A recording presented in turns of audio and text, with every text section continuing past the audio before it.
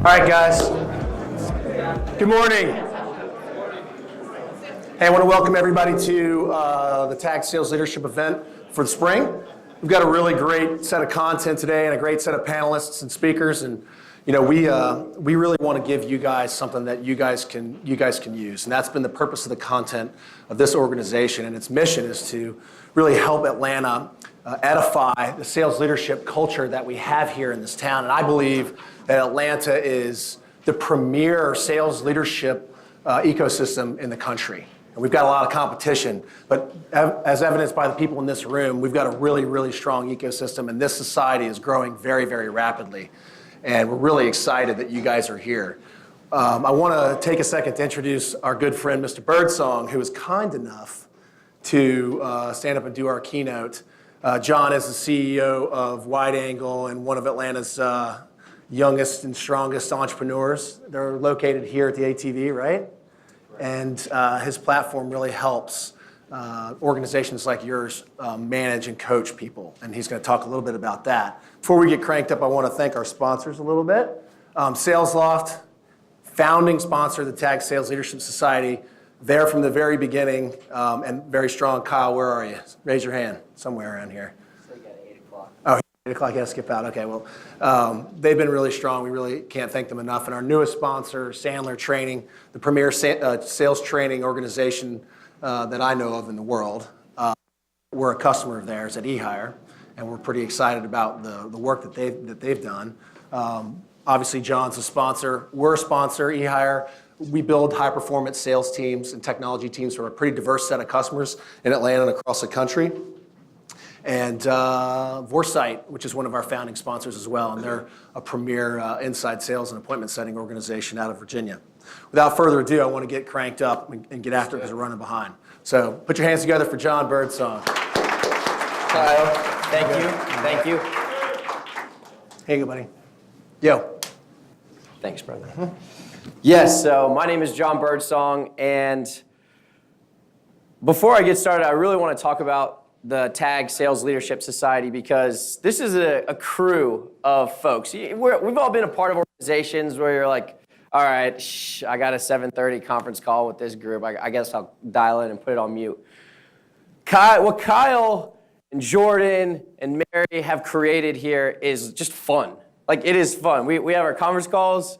They go over. We're BSing. We're having fun. And it's oozed out into this morning. And so it's a big testament to Kyle, to Blake, to Jordan, and the crew. So I want to give them a round of applause for just the board. Really good stuff. We've got the keynote. It's going to be about 20 minutes long. And then I want to make sure we get to the panelists because they're incredible. So a little bit more about the agenda today. We're here to talk about Salesforce.com engagement, or Salesforce engagement, not Salesforce.com engagements. Eric, you can pay me later. 3 strategies to drive Salesforce engagement. And engagement is such a fluffy word, right? It's one of these words where you're like, all right, is that person engaged or not? Is that person? And so we're going to start out by first defining it. A little bit more about myself. So I run WideAngle.com. We are software for your one-on-ones. The evolution of WideAngle really has started 4 years ago when we were, at that point, Rivalry.com. We're gamification, and we really evolved and pivoted the business because we realized a lot of things, and a lot of things we're going to share here tonight, or this morning, excuse me. One of the big things is visibility does not equal control. Just because you know exactly what all of your reps are doing doesn't mean that you have control over that, right? And also, that just because you have visibility, sometimes that visibility isn't, you don't want to see it, right? You don't have your metrics. And every data point is a big green arrow pointing to an area of opportunity to take action. And in sales, that action is coaching.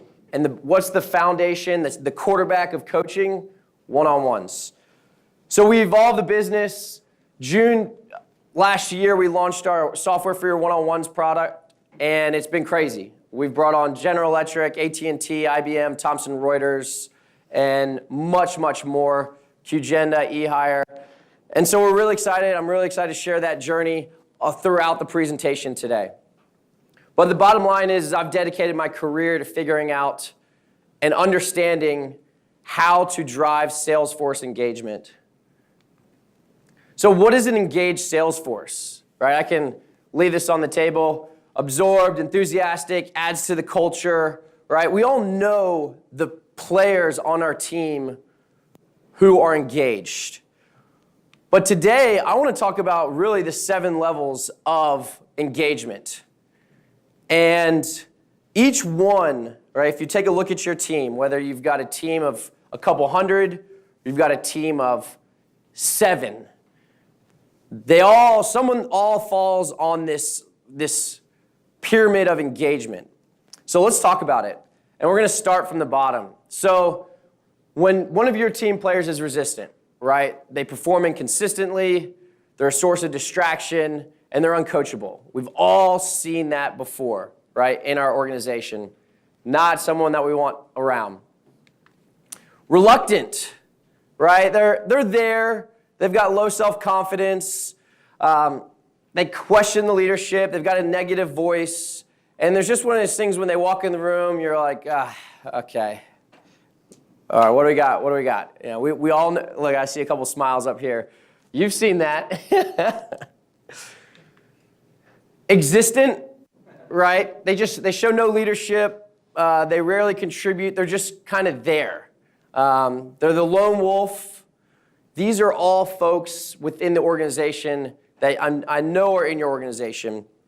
And it's really important that we define these because we want to make sure that there's no one in these bottom 3.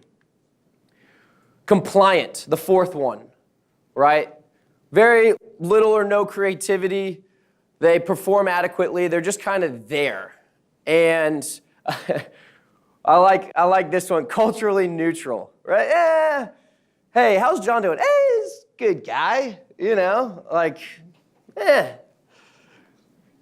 Compliant. Committed.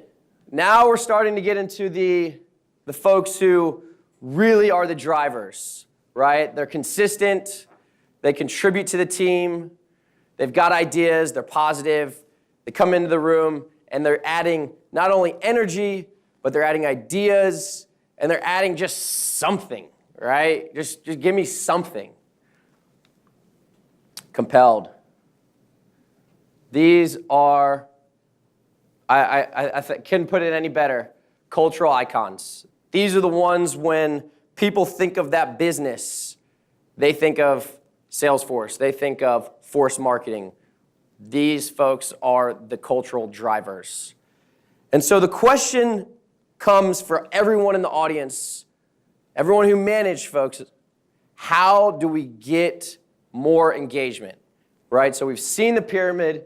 How do we move people up this pyramid to be more engaged within their organization?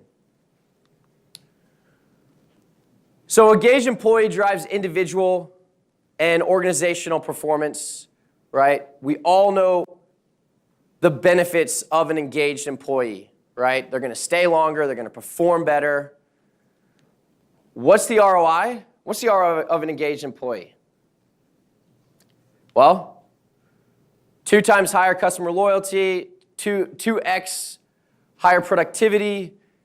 There's so many stats out there. I was reading a Sandler one the other night. An engaged employee is going to perform 19% more. I mean, what's the ROI of an engaged employee? It's almost priceless. And it's most importantly, I mean, we're in the Atlanta Tech Village right now, right? You see companies come and go. You see really exciting companies blow up to 500 people within a span of 2 years. You see companies vanish. And we're here in the basement at the core talking about long-term sustainable growth, right? Because at some point, even when you hit that 500 marker, right? At some point, even when you have the market has kind of saturated, you're going to need this long-term sustainable growth at any point of the business. The other reason I like engaged employees is because there's data integrity, right? I love it when I talk to organizations who have great Salesforce or CRM adoption, right? I love it because we know that saves you a lot of time when your CEO and your manager is coming and saying, hey, where are we with these reports, right? Because if the data is good, it's going to make your life easier. And then rep development and mastery. For folks who are getting better every day, learning something every week, I mean, that's huge. So, how do we drive this engagement, right? We've defined these 7 layers of engagement. And, this presentation is not just me putting these up here on the slide. This is Kyle, this is Aaron, this is everyone coming together and sharing their best practices, right? And so the first one's gamification. And gamification has a very interesting definition, right? A lot of people think gamification of just live leaderboards. Sure, yeah. I think of gamification as transparency and accountability, right? I mean, imagine going to a Hawks game and there's just no leaderboard, right? If any of y'all saw the game last night, I wish there wasn't a leaderboard, but so I had to pull in a Wizards one from the middle of the season. But imagine going to a game and there's no accountability or nothing, right? We are in sales, for better or for worse, we are tied to a number, and that is a beautiful thing, right? I was talking to a hot prospect yesterday. They finished up their quarter last week, and I said, how was the end of your quarter? Like, we crushed it, best quarter yet, closed the deal at 11 o'clock, right on the midnight hour. And I was like, that's what it's all about, right? And he's like, yep, just can't wait for another 11 weeks to do it again. But that's us, right? We're in sales. That's what we love. We love the heat. We love getting the ball with 2 seconds left and bringing it over and swishing it. So let's talk about gamification, right? We know we need some accountability and transparency. That's crucial. And I can't tell you how many managers I call and I ask them, what are the 3 to 5 key metrics that drive the daily behavior of your sales reps? And instead of just listing them off rapid fire, a lot of them will come and say, talk time, qualified leads, revenue. And if there's one thing I'm going to challenge managers today at 9:31 is if they can't rattle this off, right? If I'm a sales rep working for you and I wake up in the morning and I don't know these 3 to 7 metrics, then it's really, really going to be tough to manage me. I'm not sure what my goal is, right? And talking with Kyle yesterday and some of the team, I love Jason Jordan's 3 different types of metrics, sales metrics: results, objectives, and activities, right? If you're my manager and you're saying, all right, Birdsong, go get more revenue. Say, okay, great. How do I go get more revenue? Well, I need to go create more opportunities, have a bigger, fatter pipe. Okay, well, how do I go get more pipe, right? That's opportunities is a great objective.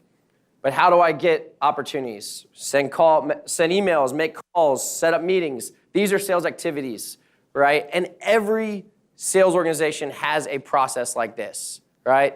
And it doesn't matter if it's demos that you're doing or if it's meetings on the golf course, preferably the latter.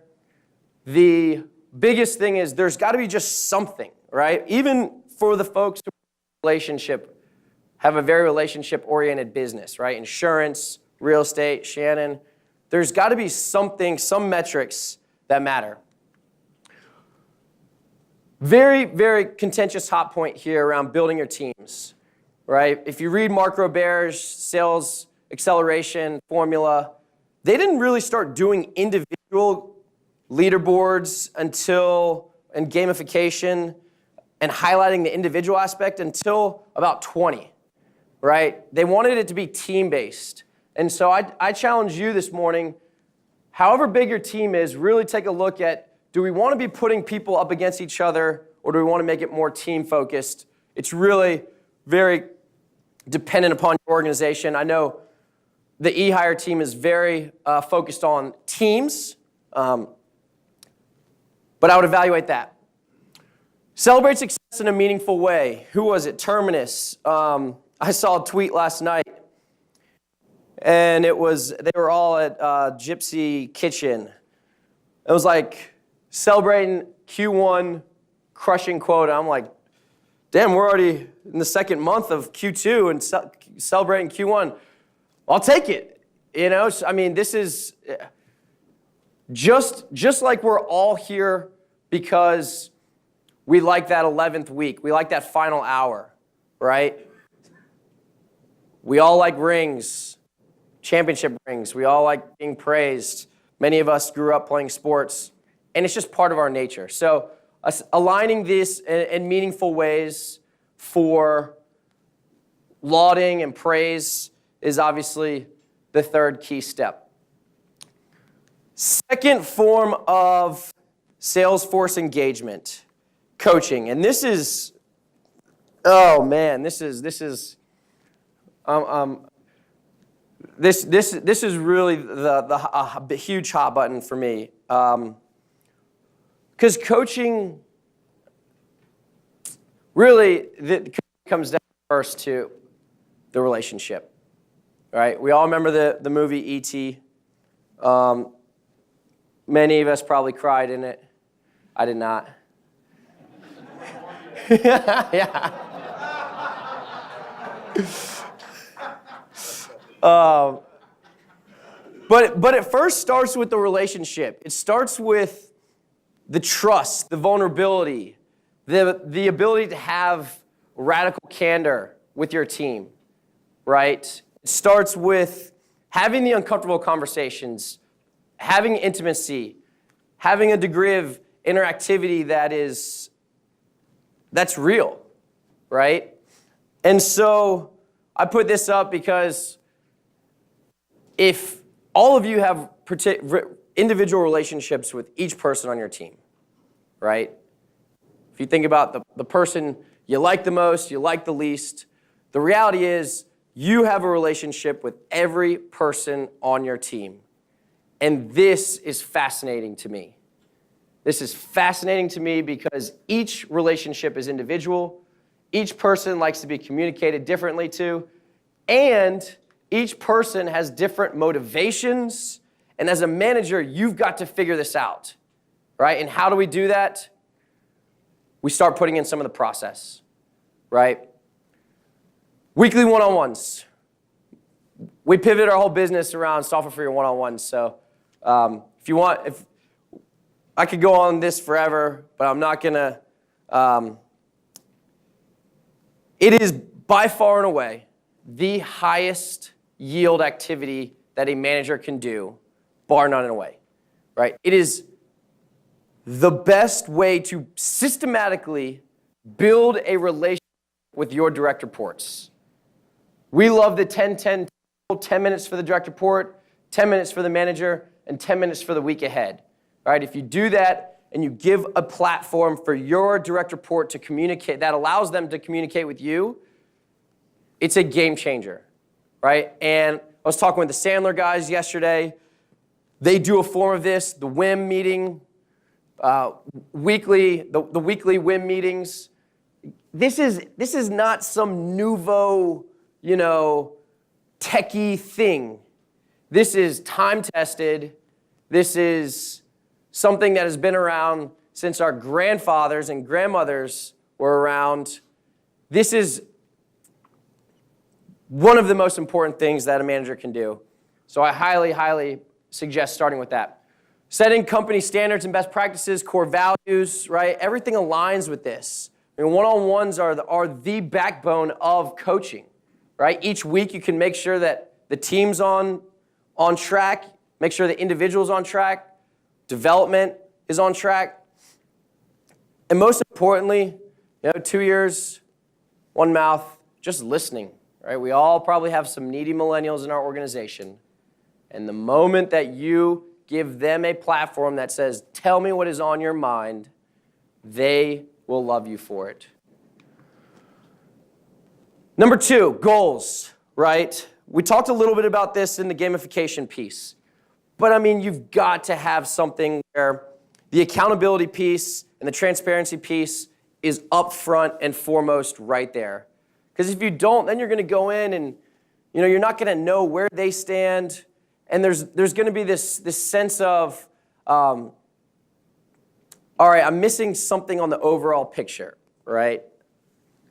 And as a manager, if you're having to ask questions that are in the CRM, we feel like that's a very poor use of time, right? Because your direct reports are putting a lot of time, taking a lot of time in entering information into their CRM.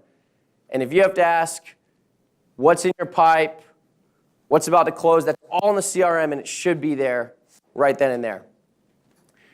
And then career goals, right? Once a quarter, once a month. What are things you want to learn this week? What are things you want to learn this month? Let's put it and set it in stone, right? Because we know that if they're developing, then they're going to feel like they have that mastery level. And then, of course, this is the cream of the crop. If you have the discipline to do this, you're an A-plus coach. And I was watching Jon Gruden the other morning, and back in like 2013, 2014, he had a TV show where he'd watch game film with college football players that are going to the NFL. And the dedication that really any football coach has around watching game film, understanding their teammates' strengths, right? Imagine if we had that in our sales organization, right? Imagine if you were listening to 3 or 4 calls of one rep, right? And this is the problem. This is one of the biggest problems with sales. I was talking with Mike Weinberg this past week. I was like, Mike, why don't managers do this? You're saying one-on-ones are the most important thing. You're saying call coach recording is so valuable. Why don't they do it? He says, because upper management throws so much shit on them. They've got so much work and reports and meetings that they don't get to this stuff, right? And Gruden, there's no meeting in the world that's going to take him away from understanding where his player is. How far in the development has it occurred? And so at 9:31, I do challenge everyone to really take a look at their time management as a manager, right? Where are they spending their time? Are they spending it on the business or on their people? I would really, really challenge that. And then mentoring. Mentoring to me, I love the transferring of perspective. What was the quote? There's 2 things you can't buy, love and perspective, and we're not here for love. I like that. But there's one picture to me that really encapsulates mentoring, and that's this, right? Coach, trust, development, and then in the final few years of his life, he's there for him, right? Mentoring to me is whether you go to another job or whether you go to another state, that there's this relationship there. And that to me is very powerful. And so, and I know the JLL crew's in the house, that they've got a mentor in town. I want to talk about some of the mentoring things because it's very unique. Big companies, they have this process in place. Smaller companies don't. So, designing a mentoring program, right? In very early stage companies, right, and there's some of them in here, WideAngle is definitely one of them. Sometimes there's not even skip levels, right? But if a great manager can surround their direct reports with options for mentorship, right? Hey, this is someone that you want to develop a great relationship with, right? Long term. This is someone that'll be good for your career, right? You're kind of connecting dots with that and your direct reports. That's a good first step for companies that don't have the formal process and formal structure like JLL. So as a manager, gathering mentors and bringing them around, and even getting a team breakfast together where you bring someone in, very cool as a manager, right? But it's important, managers must own this, and they must connect participants based off of their vision of how they would connect. And I really like that. So action plans, templates, you guys may have something that's formal or not.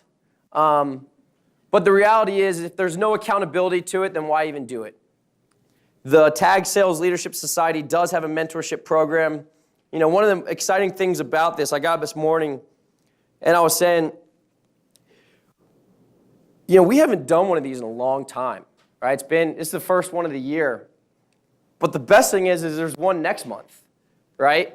Which we will announce the mentorship program there. And I think there's going to be some fantastic folks in the room who take advantage of it. And then finally, measure, right? Are you getting better, right?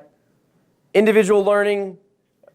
This is the really hard stuff, right? This is the stuff that takes a backseat to the day and day. And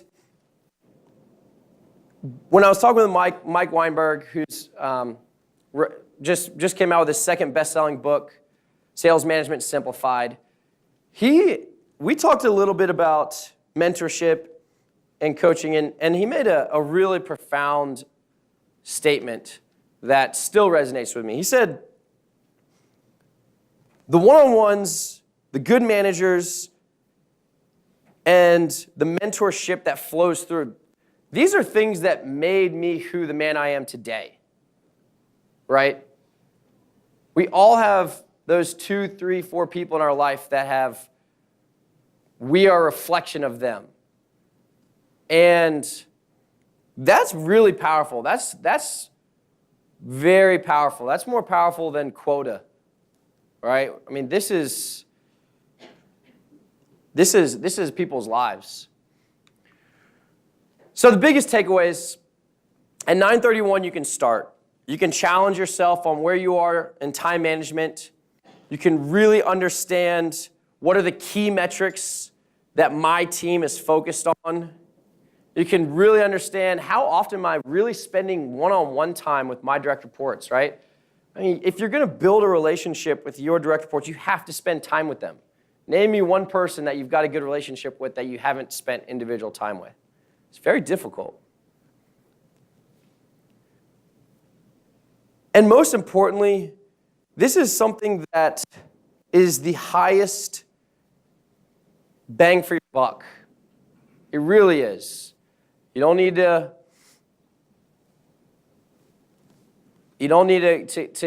go spend a lot of money to do some of the things we've talked about. Thank you.